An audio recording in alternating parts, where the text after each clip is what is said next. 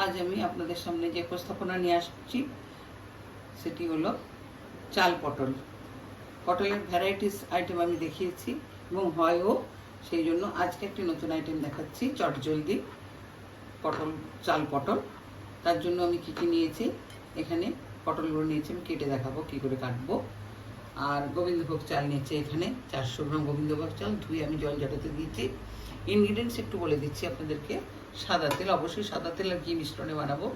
কাজু কিশমিশ, তেজপাতা, বা যদি বাড়িতে কোনো মাছ মাংস না থাকে একটু ডিমের কারি, এটা আজকে আমি ডিমের কারি দিয়েই খাবো। একটু ডিমের কারি বা কোনো এঁচড়ের তরকারি বা ফুলকপির তরকারি, যেগুলো নিরামিষ আইটেম, একটা ভেজিটেবল থাকবে। আর সঙ্গে এটা চাল পটল, ভীষণ মুখরোচক একটা জিনিস, ভালো লাগবে, বাচ্চা বড় সবাই খেতে পারবে। চালটা ভালো করে ভেজে নিতে হবে।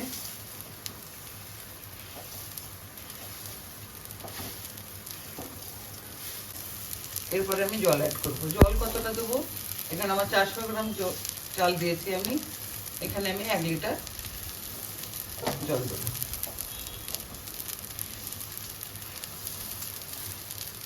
একটু আন্দাজ করলেই বোঝা যাবে।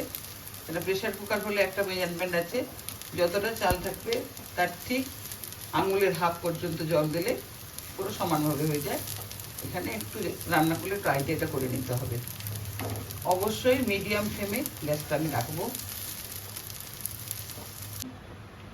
1 চামচ ঘি আমি দিয়ে দিলাম।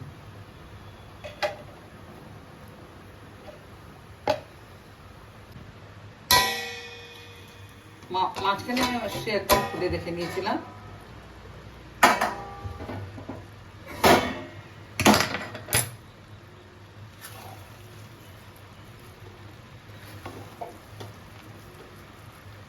পুরো ঝরঝরে হয়ে গেছে। একটু ঠান্ডা হলে তো আর কারোর সাথে কেউ লেগে থাকবে না।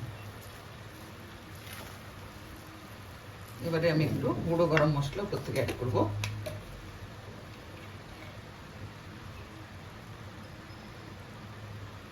না, চাল পটল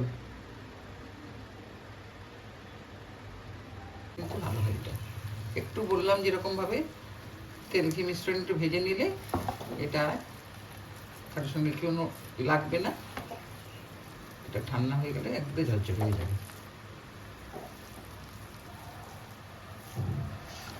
তো বন্ধুরা, আজ আমার উপস্থাপনা ছিল চাল পটল। আমি সুতপা, এতক্ষণ আজ আমি আপনাদের সামনে যে উপস্থাপনা নিয়ে আসছি সেটি হলো চাল পটল। পটলের ভ্যারাইটিস